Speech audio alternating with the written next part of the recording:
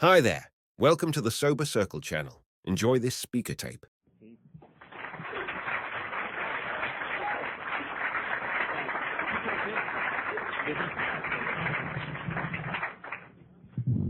Thank you. My name is Keith Lewis. I'm an alcoholic.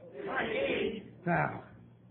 I'm really delighted to be here. I really appreciate being asked to do anything for Alcoholics Anonymous. It's always an honor, and I especially appreciate being asked to do it at the beach.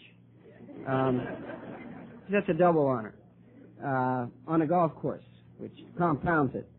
I just want to thank Mary Kay and Tom and for inviting the committee for inviting Julia and I, and I'd like to thank John and Chris for being such good hosts and hostesses, and just everybody involved with this for just this wonderful time. We went to Mass this evening, and we were talking on the way back about what a nice, relaxed, laid-back event this is, and it's really one of the fine events I've been doing this for 20 years, and this is really one of the fine events I've ever been privileged to be invited to, and I profoundly thank you from the bottom of my heart. And I see so many friends, Ted and Michael, and Uncle Mikey Way, and my friend Ross from up in Washington, and just so many friends that I have here. Wallace back there in Stanford, who I've known since I moved to North Carolina, and just so many people, and it's just really, really special being here. I want to thank the speakers I've heard too. Brenda was just wonderful Thursday night. If you missed her, I'd urge you to please buy the tape. It's a powerful message. And I hadn't seen you in 4 or 5 years, and it's just great to see you again. And I hadn't heard Ruby, but I had the privilege to share with her better half. It's our turn, and it's great to see you again. And it's really great to meet you, and to hear Vince last night was just such a moving experience for me, and so funny too. It was really, really hilarious, and looking forward to hearing Pat. And so I'm full. I've got everything I need already, so I'm leaving. Thank you. This is about me, after all. I'm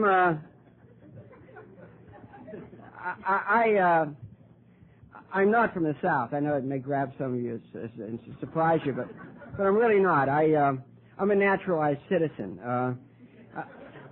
I married a woman from North Carolina. I'd like you to meet my Al-Anon. Julia, would you stand up, please? Yes.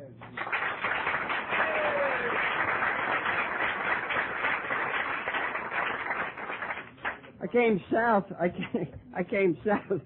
Mike always tells me I married above my station.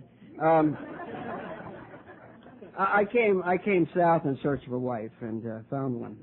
I was also running from things, but it's another story. I'm actually born in Ohio, birthplace of Alcoholics Anonymous, and the Wright brothers. That's about it. I'm the second child, the eldest son, in a family of 11 children. I'm Irish. I won't tell you what church we went to. I will, however, give you a hint. It's got something to do with bingo, but I'm not going to say any more. And I guess we were poor. At least I thought we were, and I thought that for many years. I used to sit in the bar and cry to the person who would listen to me and tell him, what a rough life I had, and with 10 brothers and sisters, and on and on and on and on. The problem with all of that is it wasn't true.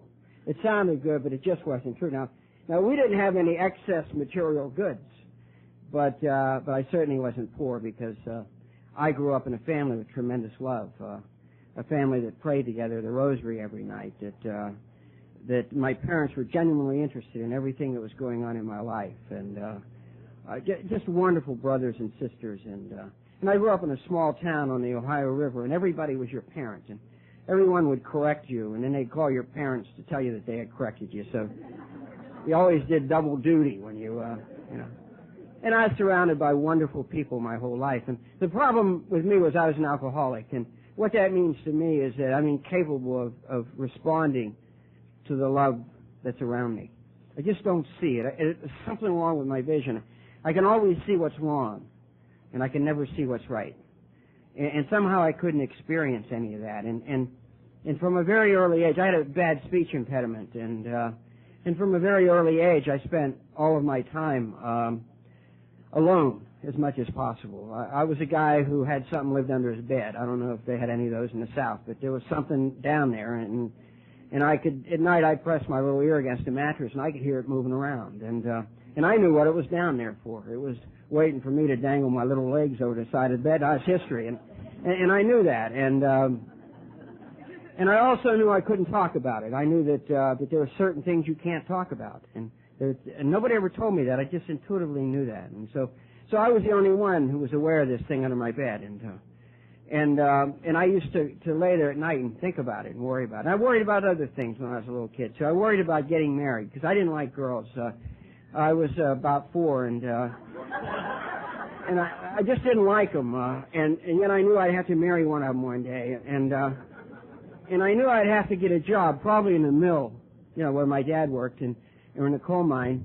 And I watched people going in and out of the mill, and none of them were like me. They were all bigger. And I thought, I got to get a job to support this woman I don't want to marry. And I just really labor over these things. And I couldn't talk, and I couldn't be understood. Only my parents could understand what I said, and they thought I was wonderful. And my mother passed away recently, but you know how you think back over these times. And I remember I was in the 1st grade, and the nuns, I gave it away.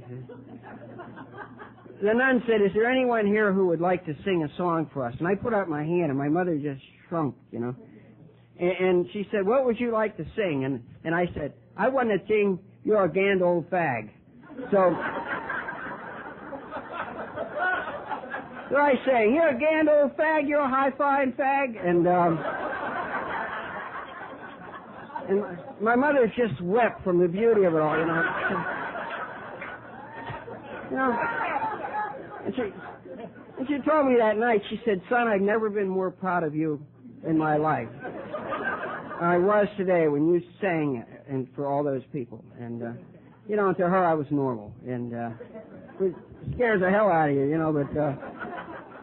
And they tried to teach me to talk, and so finally I went to the library, and I asked the librarian who talked real good, and she said Winston Churchill. So I got those records. I don't know if you remember, they used to have red records in the library, and I'd go home and play Winston Churchill, and I'd try to talk like him, and I was the only kid in the Ohio Valley with a British accent, and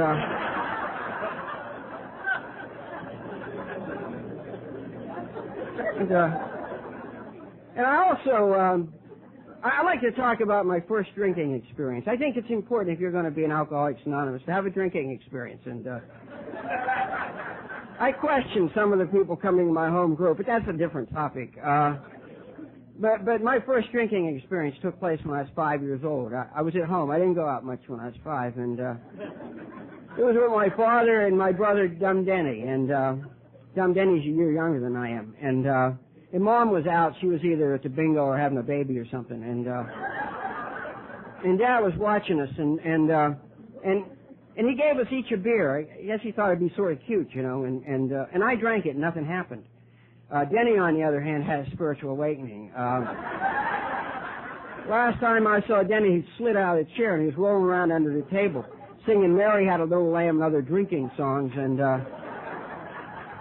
my father panicked, and he wrestled him to the ground and got his clothes off and took him up and put him in bed. And Denny was having a great time. He's singing and carrying on and laughing. And so he said to me, "Get ready for bed, son." And I said, "Okay, Dad." He said, "If you don't tell your mother about this, I'll take you to the movies next weekend." I thought, well, that's a good deal. When you're 5, they don't negotiate much with you. And so I went and got in bed, and Denny wasn't hearing it, and I was watching him. He's singing and everything. I'll never forget this as long as I live. Old Denny stood up in his little crib, and he urinated on the floor, And I remember thinking, there's a kid who's powerless over alcohol and whose life has to come unmanaged.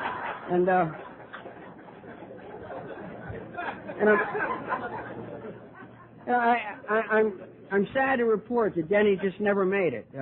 He just never developed beyond that. It's a sad thing, really.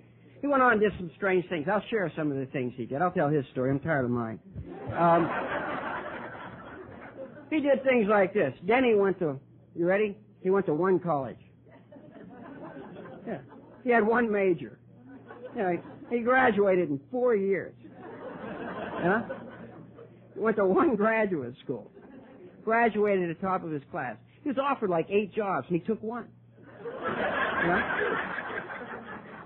And last year, he retired. He's 53 years old. He retired as a vice president in a large international corporation. And the strangest thing of all is he married one woman. Now, here's a guy who had the world in the palm of his hands when he was 4 years old. He just let it slip through his fingers, you know. I had to work at this thing. I was 23 years old before I urinated on the bedroom floor for the first time.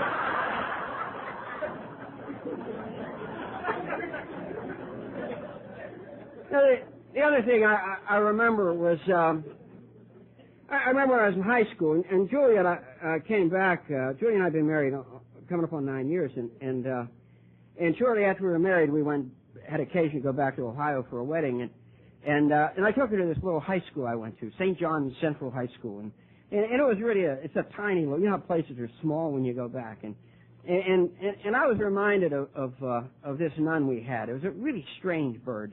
Her name was Sister Victoria, and I like to think about Sister Victoria because Sister Victoria was a librarian, and she's a strange woman. She'd say really off-the-wall things like, every boy is a prince, and every girl's a princess, because we have a father who's a king. Isn't that weird? And so we'd run around calling each other Prince Keith and Princess Mary, and she was, like I say, the librarian, and she used to walk around this library like it was a Library of Congress. I mean, it was a tiny little room with some old books in it. That's all it was. But to her, it was where God would have her be. She was in the midst of doing God's will, and to her, that was paradise. And she's just one of these enthusiastic people. And when you served attention, you used to serve it with Sister Victoria. And I was, well, if we had any money, I think I'd have been diagnosed as an acting out adolescent. We were poor, so I was just a punk. And so I spent a lot of time doing detention with Sister Victoria. And what they used to do is they'd make us make rosary beads. They give you wire and beads and pliers, and you make these rosary beads. Those are things that Catholics pray on for you heretics. And there were 10 beads to every decade and this stuff, you know. And so she put me behind a magazine rack. She said I was a prince, but I was contagious. So I sat back there and I made rosary beads for 4 years, and mine were different. I made them with 11 beads and all the decades, and so you know, by the time they take these rosary beads and they'd ship them all over the world to missions. So by the time I graduated, there were hundreds of mutant rosary beads out there, and you know, you can't let them not know what you're doing. And when it came time to graduate, she hadn't caught on yet, so I went to inform her. And I said, you know what I've been doing for the last 4 years, sister? And she said, yes, I do, you sly little prince. She said, you've been putting extra beads in all the decades of the rosary, and I know why you've been doing it. And I remember thinking, I hope she tells me, because I haven't the foggiest idea why I do this. And she said, people all over the world are praying extra prayers, and God's going to give you all the credit. Don't you hate people like that, Drew? Then she said something that just terrified me, absolutely terrified me. She took both of my hands in her hands, and she said to me, she said, when I first met you, I knew you were a special little prince. And she said, I put a medal on my beads. They wore these long beads. Remember, they bang them against the desk when you're taking tests. And she put a medal of St. Jude, who was the patron saint of lost causes, on that thing. And she said, whenever I get to this medal, I say a special prayer for you. And she said that one day God's going to send you all over the world, and you're going to tell all his children how very much he loves them. I was terrified. I was just terrified. I couldn't talk. I didn't know what I wanted to do. I mean, everybody in the world knew what they wanted to do but me. And so I left home. I mean, you know, if you don't know what you're going to do and you leave home, they won't know you don't know what you're going to do. They'll think you're doing it. And so I left home, and back then, you know, the way you left home was you joined the service. All men went into the service. It wasn't if, it was where and when. Those were the things. And so I took my very first inventory. I stood in front of the mirror, I took my shirt off, and I flexed my muscles, and I turned sideways and stuck my chest out, and whatever, I was 5 feet 1 inch tall, and I weighed 113 pounds, and whatever else I was a born killer. So I joined the Marine Corps, and my parents, I was 17, they had a sign for me. My mother just about had a nervous breakdown. She cried all night, and all night she kept saying, "Scott, they'll kill him." And my dad kept saying, "Don't worry, Pat, they won't take him." So the next morning, with that vote of confidence,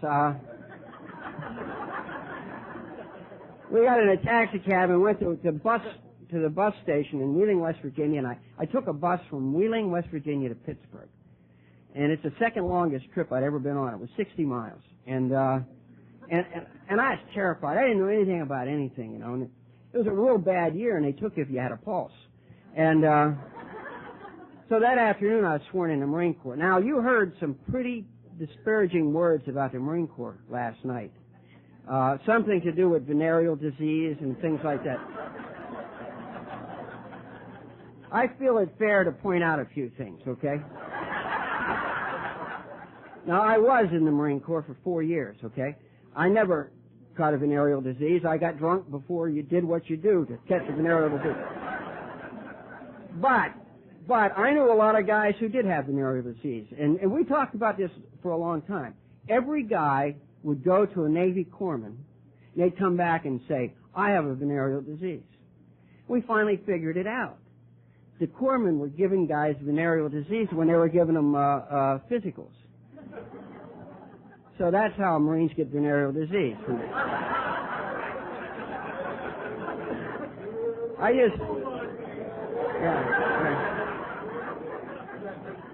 That's one of the subjects Ruby didn't cover this morning, so I thought I'd throw it in.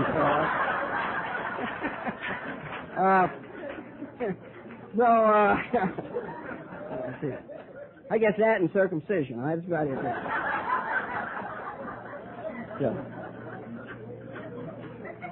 But at any rate, that evening, I never knew what to do. I mean, I don't know about you, but I never knew what to do, and I thought everybody else did. It wasn't until I got to AA that I found out you didn't know what to do either. But I always thought you knew what to do. It's like you understood the big picture, and I never did. And so I sort of watched you, and I did what you did. Right after you did, I was fast. You probably even thought I was doing it with you, but it was just right after you. And so these guys, we get sworn in and stuff, and we're standing around. There are 4 of us, me and 3 guys from Pittsburgh who had the big picture. And they said, "Hey, kid, we're thinking about going over and getting a sandwich and a beer." I was thinking exactly the same thing. Why don't we go together? They said, "All right." So we went over to this bar in Pittsburgh, and that's where my life changed. And, if you're alcoholic, you know exactly what I mean. I mean, I went into this place, and it was filled with real men, the kind, they had tattoos and stuff, They all had real women with them. Real women hang around with real men, I knew that, and I followed them over, and I sat down, and the bartender came over. He's a real man. He said, "What do you want?" And I thought, "Oh my God, a quiz." I always knew that when you least expected it, somebody was going to say, "Take out a blank sheet of paper. Put your name in the upper left-hand corner, And I studied a lot, but I always studied the wrong stuff. I always felt like and I didn't know what to say, so I watched the other guys, and they ordered a beer, so I did too. Years later, a psychologist was to say to me, "Why do you think you drank in the first place?" You know how they scratch their chin, And I thought, that's got to be important, So I remember I got a fifth of scotch, went down by the stream. I drank a fifth of scotch, wondering why I drank in the first place, and went to a bar. By this time, I was hanging out in hillbilly joints on Indian Head Highway in Maryland, and I said to the guy sitting with me, "Well, tell me, sir, why do you think you drank in the first place?" "Get the hell out of here," he said. I said, "All right, okay." And I could never figure it out. And I came here and I found out that it didn't matter why I drank. What mattered was what happened to me when I drank. And what happened to me that night was I was liberated for the very first time. Vince described it beautifully last night. I was liberated. Somewhere between the second and third drink, I saw the big picture. For the first time in my life. And I remember saying, "It's so simple. Why didn't I see it before? It's been right there the whole time. I just missed it." And I stood up. I didn't mean to stand up. I couldn't keep from standing up. I was about 6 feet 4 inches tall, and I weighed 220 pounds.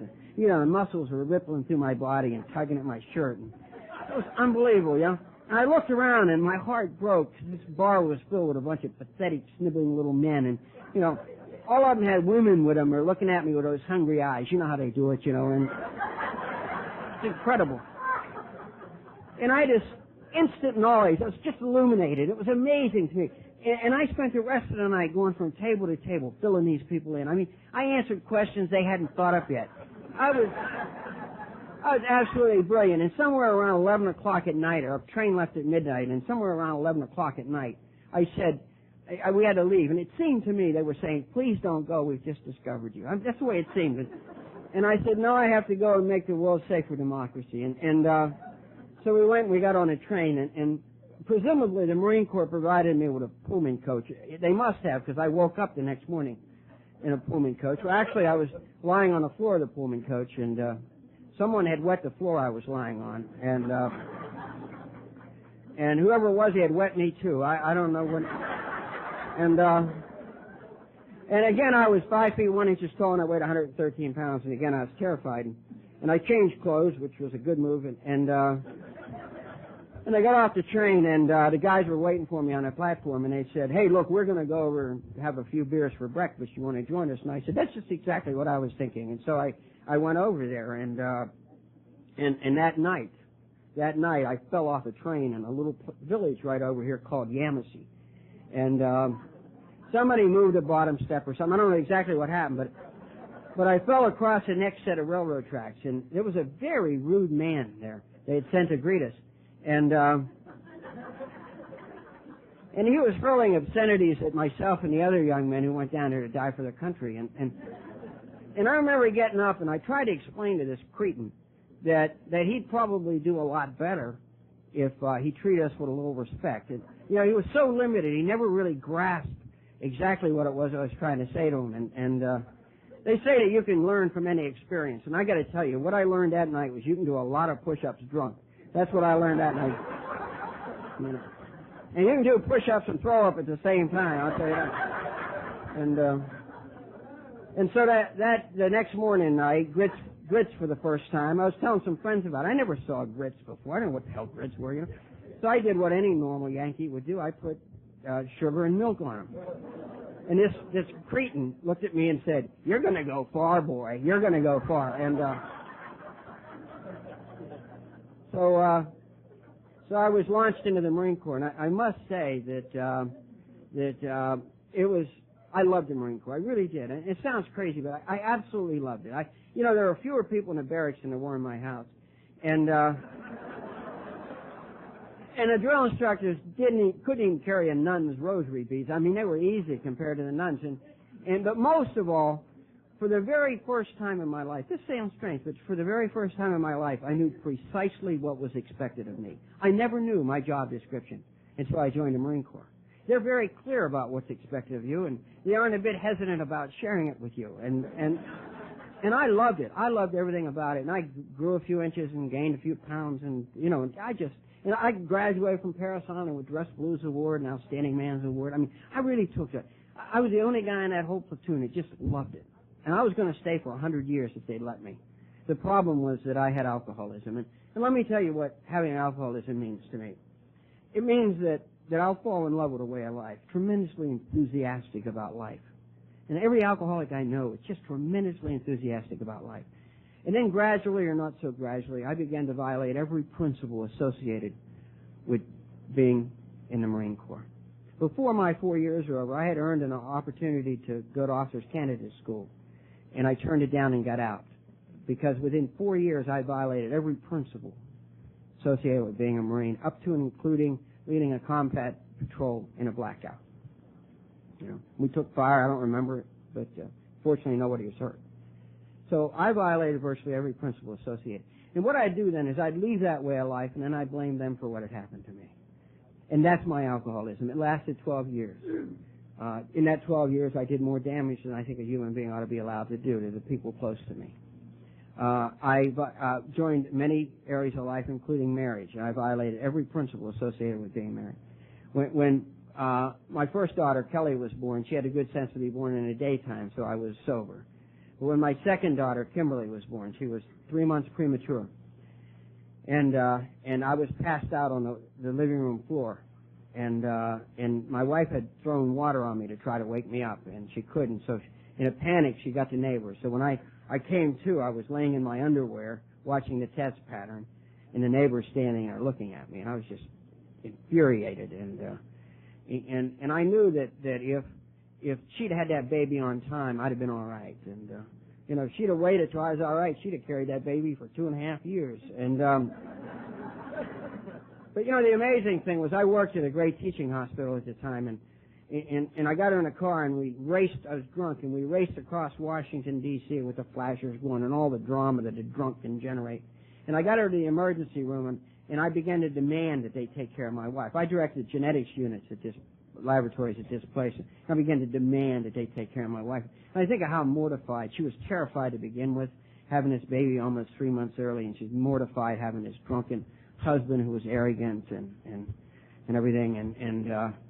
And so the baby was born and weighed about 2 pounds, or a little less than 2 pounds.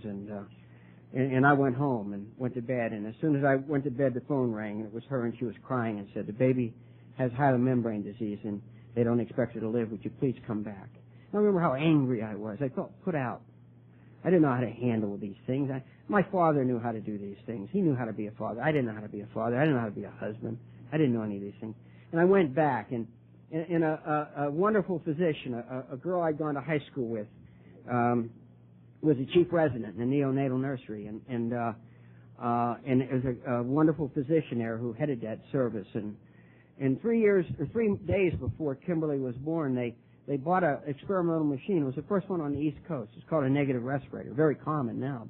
But it was developed, I think, at UCLA, and it was the very first one they had on the East Coast. And it had come in 3 days before Kimberly was born, and a day or so before she was born, they came in on their own time with an engineer, and they put it together. And David, this doctor, said to me, my wife by this time was in a state of shock. She looked like 1,000-yard stare. And David said to me, "Would you mind, Keith, if we put her on this?" He said, "I don't think she'll live, and if she does live, I think she'll be retarded because of lack of oxygen. But do you mind if we put her on the machine?" And they knew I wouldn't sue them because I worked there. And I said, "Do whatever you feel you need to do." And then I found out what had happened to me, how low I had sunk. Our offices were across the hall from the neonatal nursery, and I sat in there at night, and I didn't drink for a few days, and I sat in there at night, and I kept the door slightly ajar and sat in the dark, and I watched this little kid struggle for every breath, and these little kids retract, what they call retract, and they actually lift off their little mattresses in these things, and I was there. 72 hours is a critical time, and I was there watching when my wife went into this nursery and baptized our little baby because they didn't think she'd live through the night. And I couldn't go to him.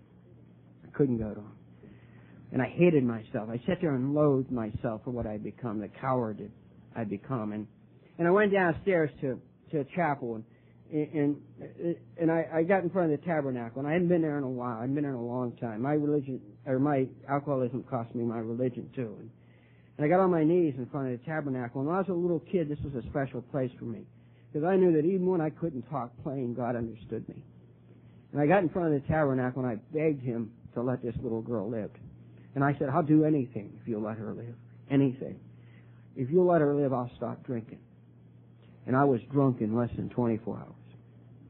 I drank when I thought drinking would kill my little baby. And I could not drink. It's a great philosopher and mathematician, Blaise Pascal, a Frenchman, who probably the last good Frenchman, but he's a Frenchman who said something that sort of fit me. He said, God created man in his own image, and unfortunately man returned the favor. And I had created a God in my own image, and that was a God who would kill a little baby because her father was sick. And God didn't kill this little baby, and she survived, and it's absolutely miraculous. And she's 28 years old, and she's not retarded. She's an honored graduate from Auburn University. I I always point out to her that I think you can be a graduate, an honor graduate from Auburn and still be retarded, but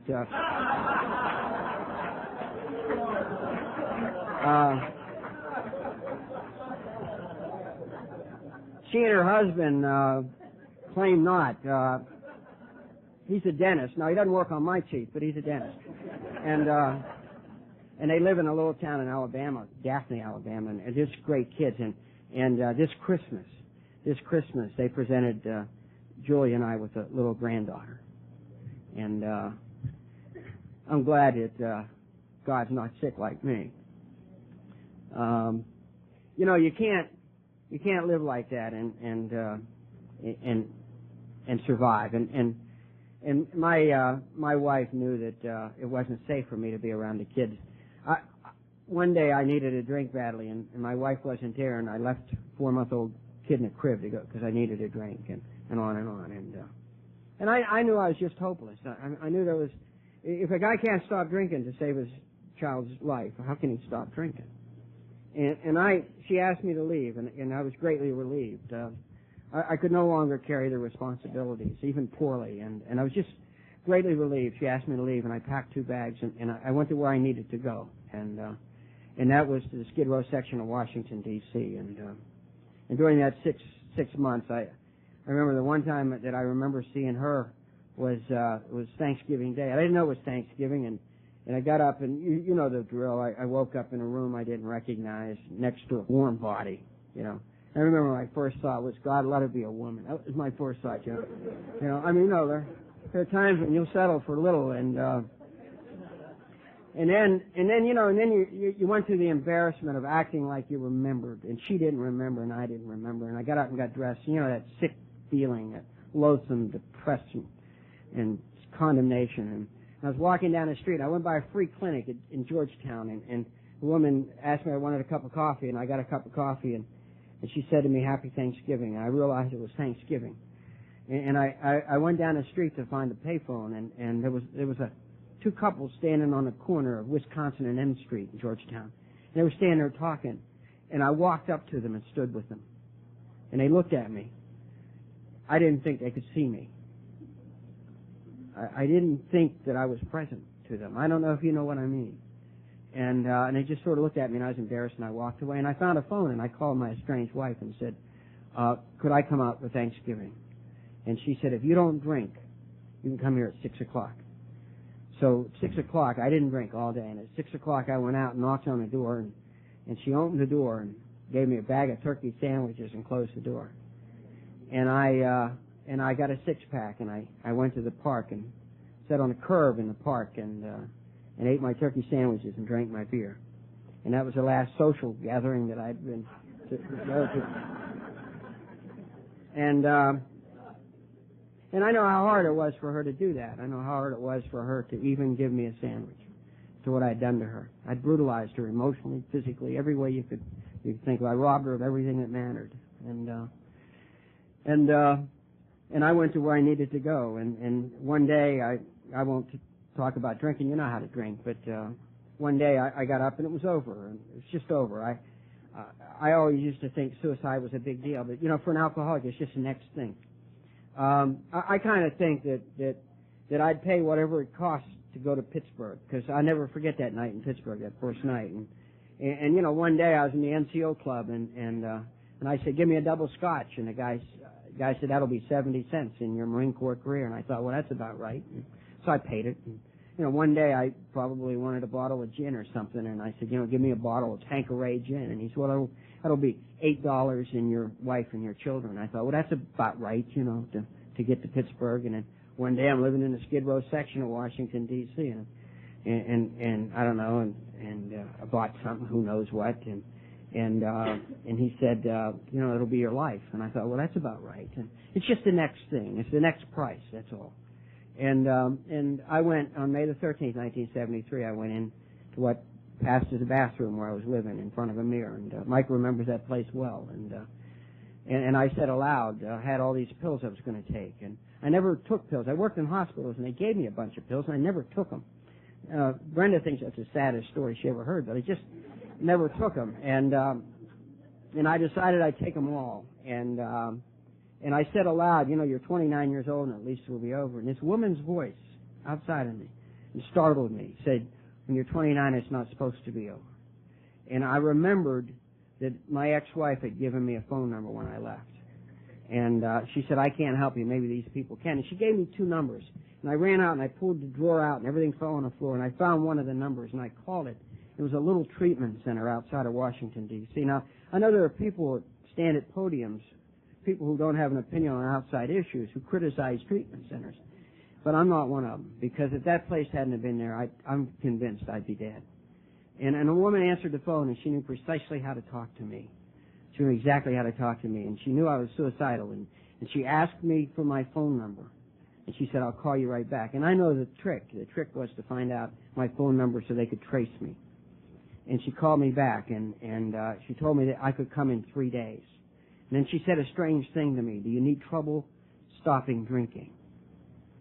And do you need help stopping drinking? Do you think you'll have trouble? And I thought, I don't know what she's talking about. I'd never stopped. And I found out what she's talking about. I heard those things and saw those things and had to get some money. And for 3 days I heard Beethoven's Fifth Symphony. Lovely piece of music, but not for 3 days. And it was coming out of the strangest places. Like I'd park my car and I'd put money in the parking meter in Beethoven's Fifth Symphony. I'd say, wow, it's worth $0.25, And I went to the bank to get some loan on an alcoholic car, and I'm listening and I'm really getting into it, and I realized they didn't have Muzak. I was the only one who was hearing this beautiful music, and then I saw those things out of the corner of your eye that would dart out and that sort of thing, and somehow I knew that at the end of 3 days that it was up, and I got in my car and I drove out to this place, and it was 30 miles away, and Mike and I had driven it many, many times. But that morning it took me 6 hours to drive 30 miles because I had what they used to call the running fits. Now we call them anxiety attacks, but then they were the running fits. And I wet my pants and I threw up, and I could only go for about a mile and I'd start to shake and everything. And it took me a long time to get out there, and I finally got out there. And that night they put me on a bus and took me to a place called Alcoholics Anonymous. And, like Brenda, I never knew Alcoholics Anonymous existed. I never knew it. I never knew a thing about it. I thought it was an old organization. My ex-wife had found an old book in the trash room, Alcoholics Anonymous, and I thought it was a history of an organization that existed in the 30s. But they learned so much more since then, and they did away with them. And so they put me on a bus and take me to Alcoholics Anonymous, and then my life changed. It was like my trip to Pittsburgh. And I'll never forget, there was a man standing at the door, a strange guy, sort of an obnoxious kind of guy, look you in the eye, the kind. There are a lot of them around here, look you in the eye. I was a shoe guy. I looked at shoes, but this guy's looking me in the eye and he's shaking my hand, and he said, and he shook my hand. I tried to look away like he had 2 heads. Every place I looked, he's looking me in the eye. And he said a strange thing to me. He said, son, he said, first he said, you're new, aren't you? And I thought, my God, he's psychic. And then he said, if you keep coming here, you never have to drink again. And I wanted to scream at him. What do you know? I'm a guy who drinks when he thinks drinking will kill his kid. What do you know? He knew what I didn't know. And that is that the God of my understanding put me here. Because with you, I don't have to drink again. And from that day to this one, you've kept your promise. By the grace of God and the fellowship of Alcoholics Anonymous and a series of pretty mean sponsors, one I share with Wallace and Mark and a few others, I don't have to drink. And it began an odyssey, and if you kind of knew, I don't expect you to believe this, because I would never have believed it. I admire anybody who's sober a week and can sit in a room. I couldn't sit in a room. I couldn't be around people a week. I just couldn't do it. I'd be hanging from the ceiling someplace or something.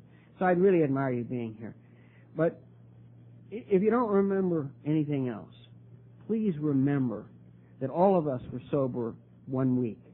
Wallace, who's sober 34 years, was sober 1 week once.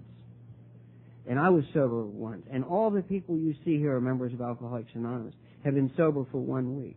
We wouldn't lie about something as precious as that.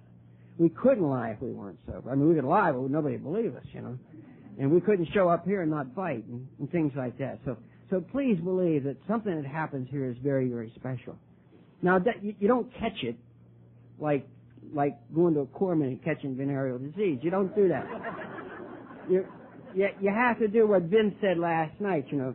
You have to work these steps. You have to become part of this thing. And if you don't want to be, that's normal, because I was isolated. I was really isolated, and people would ask silly questions like, what do you like? I had no idea what I liked. I knew what I thought I was supposed to like, but I had no idea of what I liked. And what I did was I immersed myself in Alcoholics Anonymous.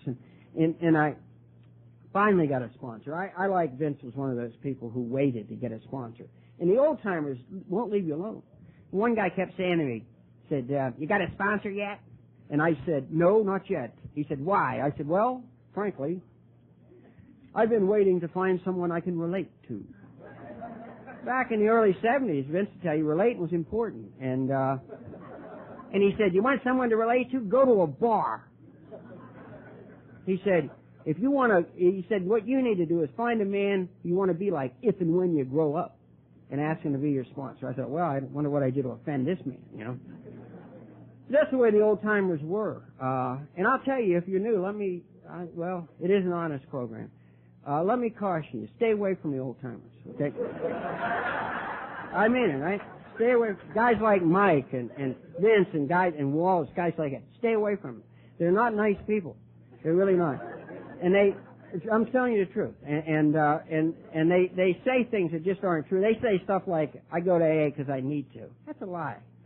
They don't need to go to AA. The only reason they go to AA is the only enjoyment they get out of life is watching people like you and me suffer. It's the truth. It's true. If you don't believe me, go up to Milt after the meeting and tell him a problem. You know what he'll do? He'll laugh. You know? The first thing he'll do is he'll laugh. Hey, you know. And if you really want to make your day, tell them a problem related to sex. They love problems related to sex, you know? And their answer is always the same thing, no sex, you know? They're not having sex anymore, and they don't want us to have it either. You know?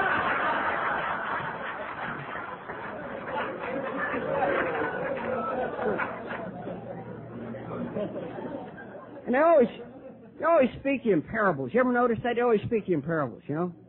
Say, well, you know, look, I can't sleep at night. You know, the world moves slowly. Yeah, right. And I remember I used to go to this old fool. I don't know why. I'm just a sucker for punishment. But I go to this old fool with my problems, and he'd just get the biggest kick out of it. And I was impotent when I got sober. It happens to a lot of men, and I wasn't happy about it. I mean, I can't drink and this too. And I went to this guy and I hemmed and hawed fun. He said, what's the problem? I said, I'm impotent. That's the problem. Oh, he loved it. He said, it happened to a lot of us. It'll get better. I said, when? I thought it was important, you know. And he said, what, do you got a full social calendar? You know.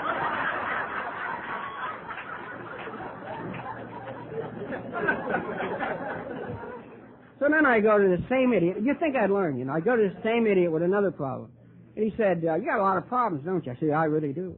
I said, I have thousands of problems. He said, well, I'll tell you what I want you to do. He said, I want you to borrow lipstick from one of the girls. He said, I don't want you to do anything else for a girl. He said, oh, that's right, you can't. So I want you to borrow lipstick. I want you to go home and write on the mirror, Keith, you are wrong. I said, well, I can't do that, you see. My problem is I have a poor self-image, and I need to be affirmed. Don't ever talk that way to an old-timer. They hadn't read any of those books, you know. And so I went and I bought a tube of lipstick. I didn't want to owe anything to anybody, especially a woman, right, guys? And so I went home and I wrote on a mirror, Keith, you were wrong. And I threw it away. I was just disgusted. I said, these people are nuts. They're insane, you know. And I went to bed and I had a normal night. Remember a normal night at 60 days? Oh, you know. I lay down and closed my eyes, and for the first time that night, my head woke up. You know, take off, you know. And it was talking to me. You're never going to make it. They're going to find out you're crazy. That's your problem. Neither do you, and all this stuff. You know. You're going to be alone the rest of your life. What difference does that make? You're impotent. And, you know. I finally drift off to sleep, you know, and then remember the leg cramps? Oh. I'd be jumping up and down beside the bed with leg cramps. And then 15 minutes before I had to get up, I'd go sound asleep, you know. And it would take 3 alarm clocks to wake me up. Everybody in the neighborhood got up when I got up, and but my mind was still working, and it was saying, you're going to go to work today, and they're going to find out you don't know how to do your job.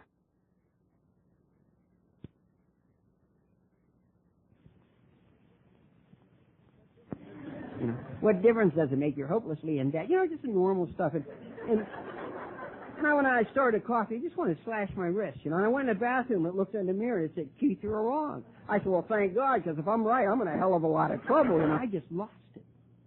And I began to scream on the phone, well, Mr. Fulbright Scholar, one of us is leaving here in a few minutes, and the other one's going to go back to a cell and get locked up. And Dan thought it was a little inappropriate, and he was trying to take the phone away from me, but I wasn't finished. And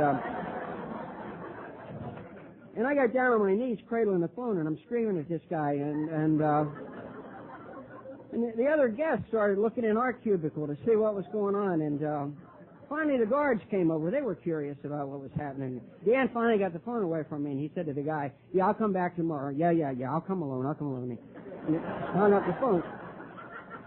And I just knew I was going to be drummed out of Alcoholics Anonymous. I knew it. And so we left, and I'm waiting. I'm just waiting, you know. And he's not saying anything. You know, it doesn't make you crazy. And so finally I got over to the car, and I said to him, that was pretty bad, wasn't it, Dan? And you know what he said? He said, you know, Keith, he said, I'll be honest with you. He said, most guys wouldn't have done it that way.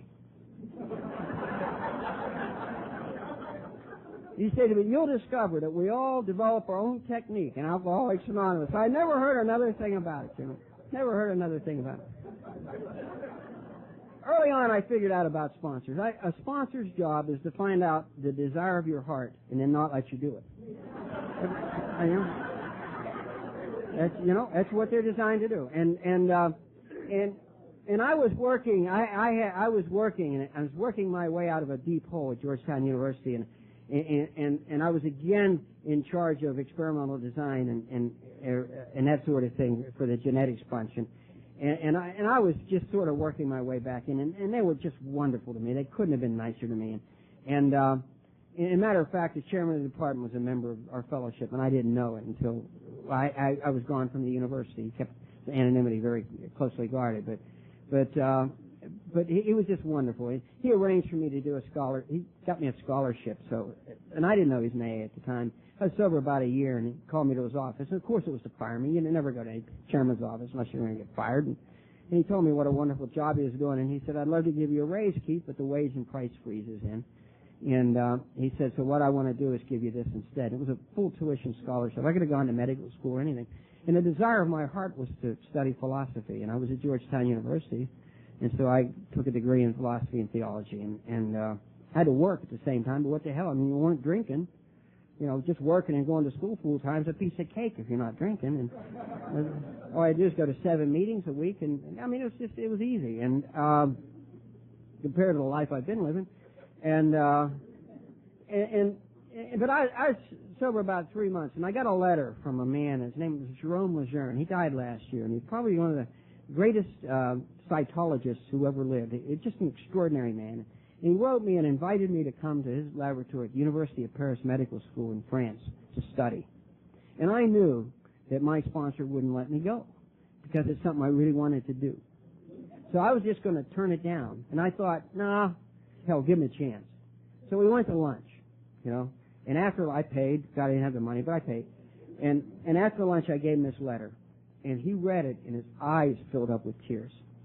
And he said, my God, this is wonderful. And I said, you mean I can go?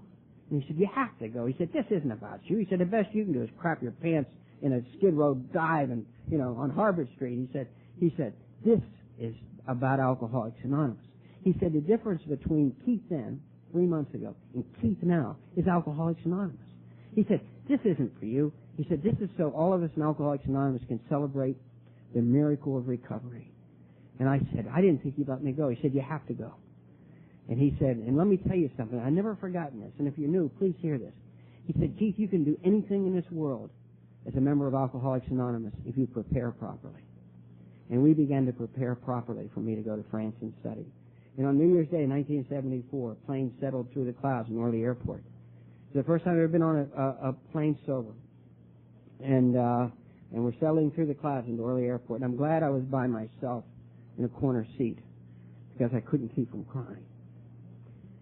And that day I walked the streets a free man. I'd been in Paris before, but I couldn't leave the bar in the hotel I was staying in. I couldn't get past the bar. And I was there a couple months, and wouldn't you believe it, just what a coincidence, my sponsor came through town. And we took a train ride down to Sartre to see the beautiful cathedral, and he taught me a great lesson about fear. I have this tremendous fear of heights, and I thought that the way you dealt with fear was you were brave. You know, you kept it a secret, then you got brave, and that's how you dealt with the fear of heights. And he was telling me that we could go to the top of this cathedral on a catwalk and look down and see this magnificent thing, and right away my heart stopped. And I began to get brave. You know, when I was in the Marine Corps and I was afraid of heights, I didn't tell anybody, and I tried to go to jump school because I figured if you jump out of airplanes, you won't be afraid of heights.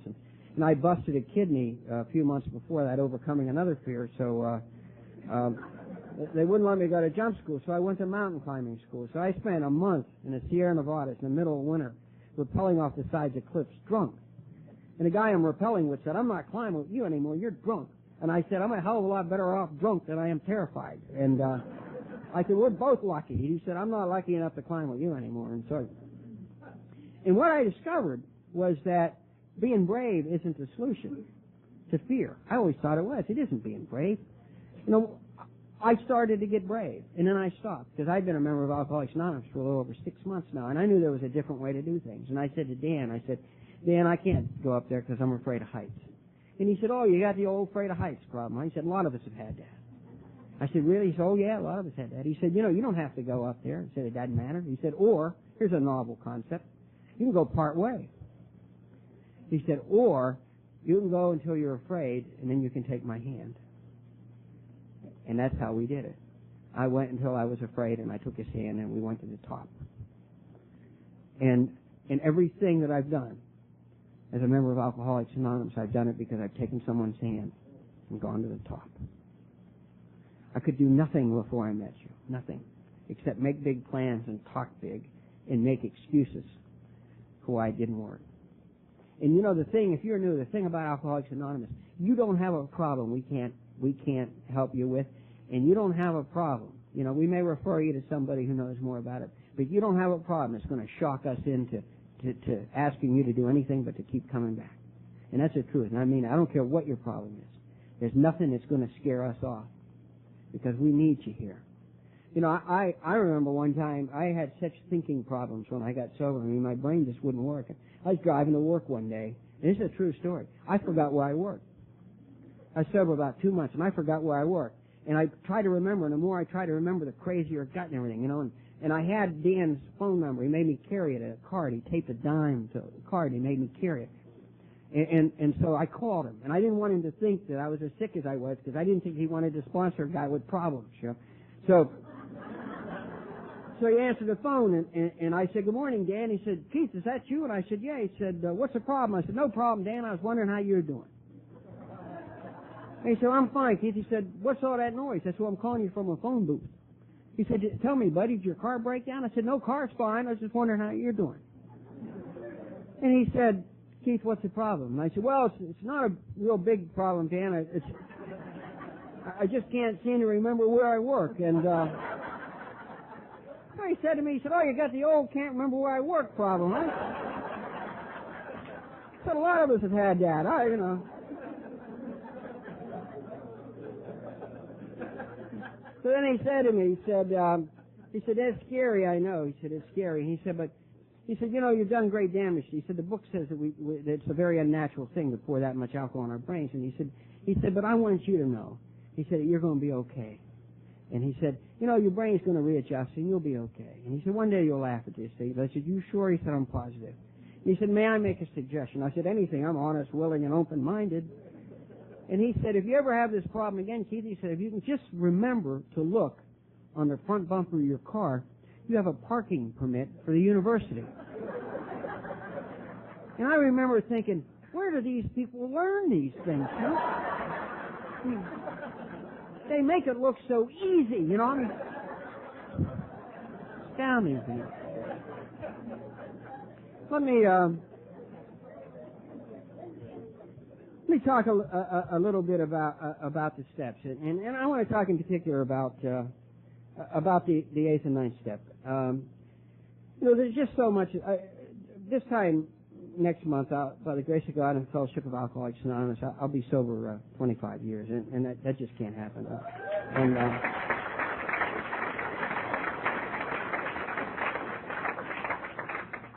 And I never planned to stay here 25 years. I mean, I really didn't, because I didn't know what was here. If I had known that this was a treasure trove of great wealth that it is, I would have made plans to stay here, but they weren't my plans to stay here. What I did was I fell in love with who and what you are. And I just aspire to be like you, that's all. And one of the things that you do to be free is to do the steps. And you know, and I had some people on my 8-step list. And I want to talk just for a couple of minutes about this, if I could, please. One of the people on my 8-step list was Dumb Denny. And some years ago, I drove, he was then living in Jersey, now lives in Northern California, but I drove from Washington up to New Jersey to have a talk with Dumb Denny, and we began to talk, and his wife Jan knew that this was a different kind of talk, and she excused herself and went to bed, and I was able to tell him how sorry I was for the way I had criticized him, and I said, any time that I found any flaw in you at all, I said, I broadcast it to the family. I said, I detracted from you, and I said, you look so good, you know, you did everything once, and, you know, and you're such a successful guy and everything, and I always felt, you know, I always envied you, and I always felt so inadequate around you, and I said, what I've done the last 6 months is just the opposite. I told him all the good things that are true about you, and I stand ready to do anything else I can do to prepare the friendship that we once had. I played second base, and Denny played shortstop, and we were a wonderful double play combination, and we were wonderful brothers, and he just started to laugh. He said, you know, if you owe me an amends, then I owe you an amends. And he said, all my life I've envied you. He said, all my life I've been afraid. He said, I've been afraid to change majors. I've been afraid to do these things. And he said, I always envied you, Keith. He said, you never gave a shit about anything. He said, if things weren't going well in one country, you'd go to another country. And he said, you went to Skid Row and you came back. He said, you lost your wife and your children and you came back. He said, the strength and the fortitude and the character that you portray to me, he says, is beyond anything I've ever experienced.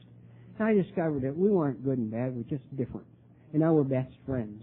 And we play golf together. As a matter of fact, last year we won this Golden Putter championship out of this club, and old guys never win that. I mean, young guys from Stanford win that, and we won it. I mean, we just whooped up on those young guys, you know, and it was like the old days when we won championships together and things like that. It was incredible.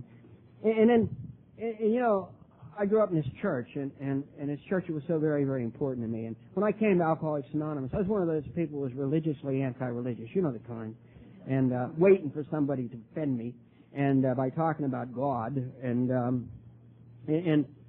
my sponsor pointed out to me that I had a pretty negative attitude about organized religion. And I used to say, I don't like organized religion. The truth was, I wasn't the Pope. If I'd have been a Pope, I'd have loved organized religion, you know. And so I put religion on my 8-step list. And I went down to a little retreat center where Mike and I would go quarterly for retreats. And I went looking for this young theologian who would understand the significance of this incredibly humble act I was about to perform. And I couldn't find him. And what I found instead was an old priest who was sitting in his rocking chair, rocking back and forth in his room, and he was reading his breviary. And I knocked on his door and said, Father, can I talk to you for a minute? His name was Jim, and he said, come in. And I sat down in a rocking chair across from him, and I talked to him about Alcoholics Anonymous. I talked to him about the kids that I had lost and everything, and I talked to him about where I'd gone. But most of all, I talked to him about how I had ridiculed people like him because I was afraid of them, and how I blasphemed the church and blasphemed God and everything. And I got about halfway through, and the guy put his book down, and he got up and he pulled me up and he began to pat me, and he began to cry. And he said, son, he said, please stop. He said, I was just asking. He said, I have a disease that's going to allow me to go home soon. And he said, I was just asking God, as I understand him, where I'd missed it. And he said, he sent you. He said, too often I stayed with the 99 who agreed with me, and I didn't go after the one that was lost. He said, I'm sorry you had to be out there all alone. And what I know about the 8th and 9th step is it isn't about me. I'm very concerned about some of the things I see in Alcoholics Anonymous. I'm not going to give a lecture, believe me. But one of the things I'm concerned about is people think that it's about coming here to get better for me, and it's not. It's about coming here to become spiritually fit so I can carry the message of Alcoholics Anonymous. And I carried a message to a holy man who spent 50 years as a priest doing the right thing. And God would pick a dirtball like me, carry the message to a holy man. Amazes me. And then I was free to be in that church or not be in that church as I chose to be. Prior to that day, I wasn't free to do that. I made amends to God. I put on a 3-piece suit. I went to a little chapel and I sat down and I just told God the truth. Just told him the truth. And I left there knowing I was loved beyond belief. See, I'm the prince of a king. I went to my father. My father was one of those guys who never told me he loved me. That's what was wrong with me. Mother had a square nipple and father never told me he loved me. And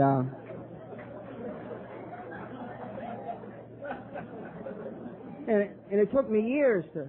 I'd go to make amends to my father, and within a few minutes I'd be in a rage. I used to drive from Washington to Ohio to make amends. And in a few minutes I'd be in a rage, and I'd drink half a cup of coffee, and I'd storm out of the house, get in the car, and drive back to Washington. And my father used to say to my mother, "I'm worried about that boy. He drives a long way for a cup of coffee." And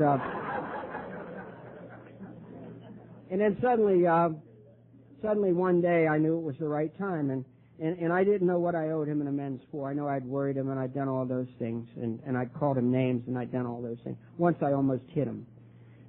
Fortunately I didn't. And but I knew what I owed him an amends for, and he was talking to me and he said, "Son, do you remember your first job?" And I said, "Yeah, I worked in a bowling alley. I set pins." And he said, "Do you remember the first day you went to work?" And I said, "No."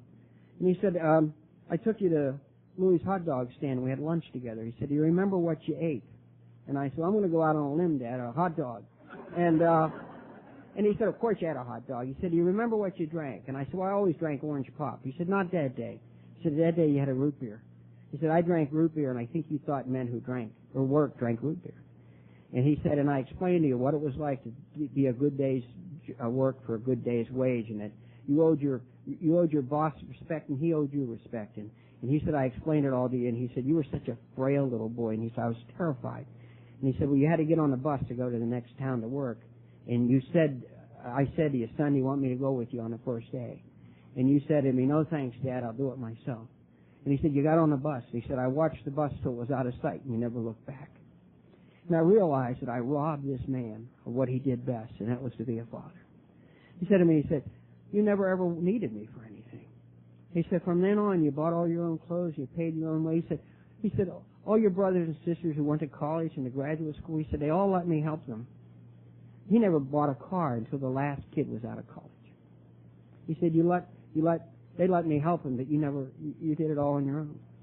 And I thought, my God, I'm sorry that I robbed you of what you did best." And a few months later, I needed to borrow a couple $1,000.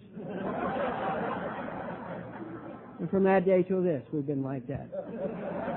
You know?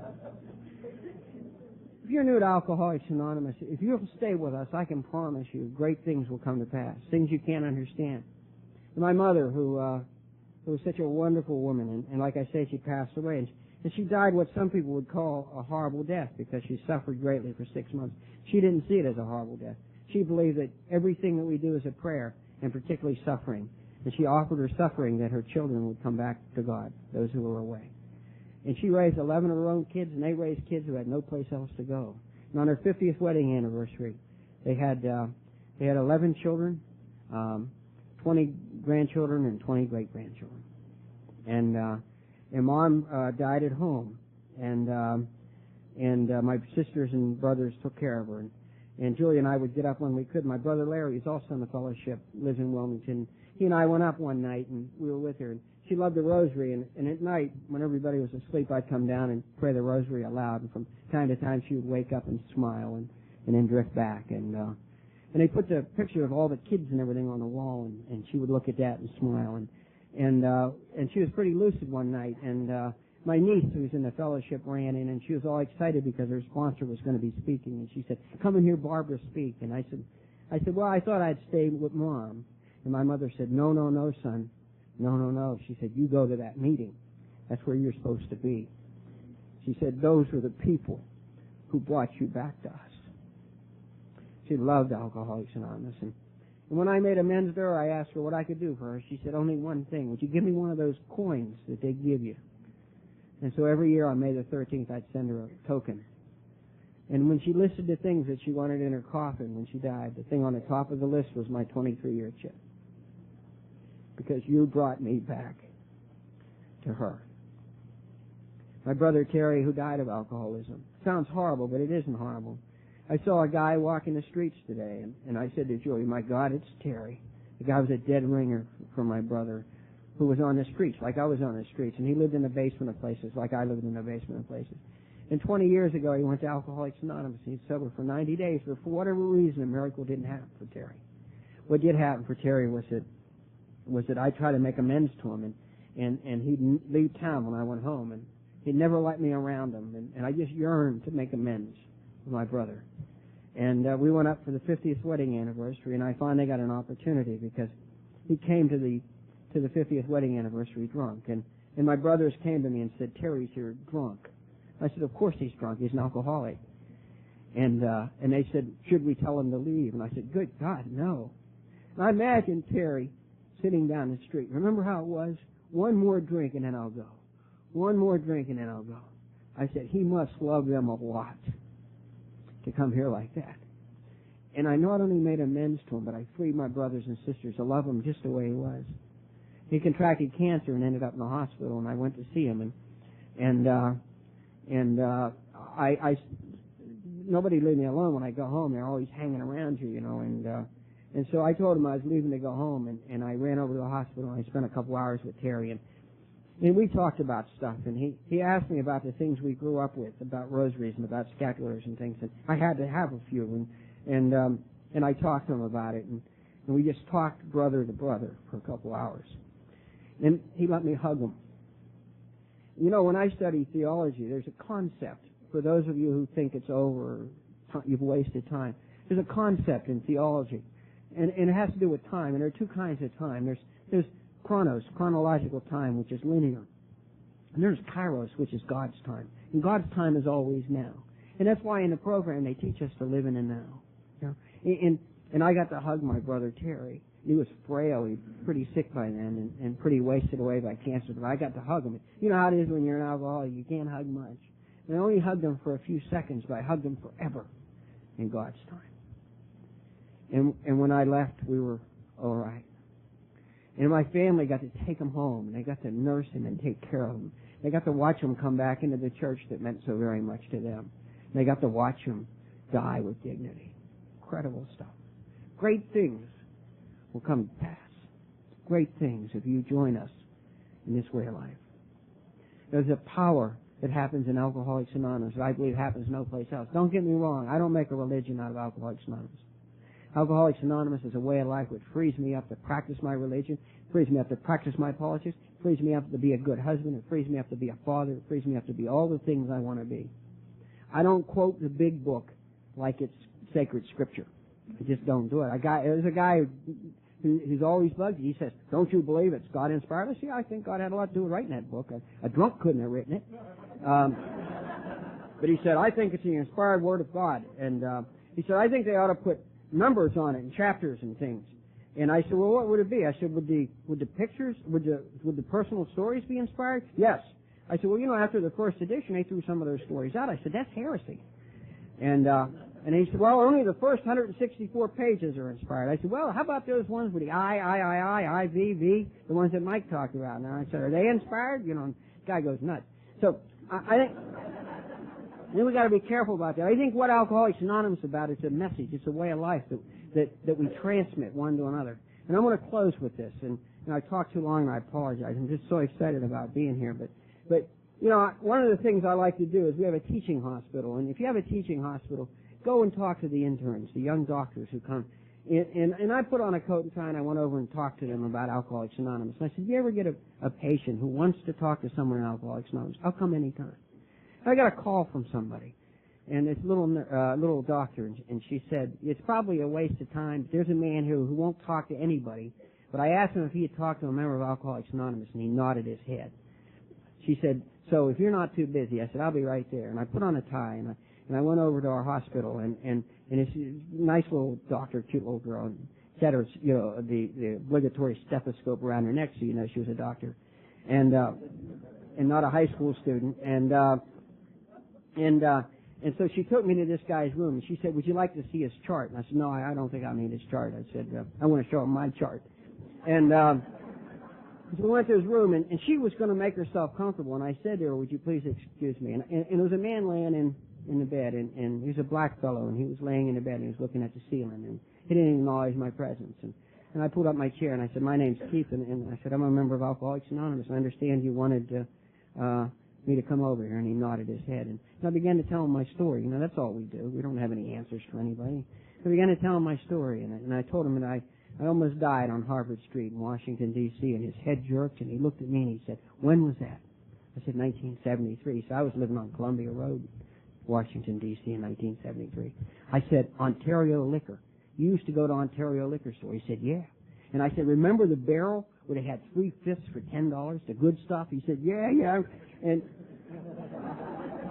And I told him, I said, "You know what I used to do?" I said, "I used to put on a sport coat and an ascot so nobody would think I was a bum." He said, "I put on a tie." And I remember I went in there one time, I was telling him, and I was holding up the bottles, 3/5 for $10, and I said to the guy behind the counter, "Tell me, sir, is this a pretty good vodka?" And he said, "What the hell do you care? We'll get you where you need to go, And he said, "That was a nasty guy." I said, "Yeah, he really was." And we started talking, and pretty soon, and this little intern's wandering around back and forth and peeking in the crack of the door, And this guy's sitting on the side of the bed, and we're talking as only alcoholics can talk to one another. And we're great friends. We're lifelong friends. We've known each other. We've known the degradation and the fear, and we've known each other forever. Our whole lives we've known one another. And we talked, and he made me promise I'd come back. And I said, "I'll be back tomorrow, and I'll bring another guy," and on and on. And I left, and this girl had gathered all the other interns together, and they were so excited. And she said to me, "That's the most wonderful thing I've ever seen." She said, "That was magic." She said, "Would you do a workshop for us?" And I said, "Would you be willing to do some homework?" And she said, "Oh, of course." I said, "You got to drink real bad for at least 10 years. I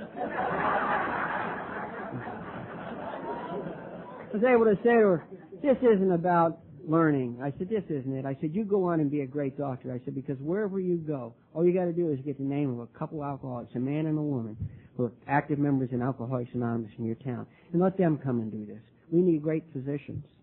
You go be a great physician, and let us have the alcoholics." I said, God hasn't given me many talents, but He's given me the ability to speak to another alcoholic. And that's what you're going to have if you're new and you'll stay here. You'll have the ability to change the life of another human being. And once you watch it happen, you'll never go anyplace else. There's no action like this action.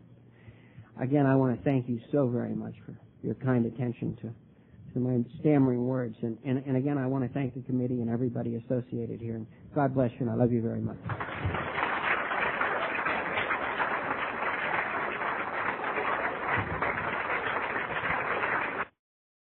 Thanks for listening. Please support the channel by liking and subscribing.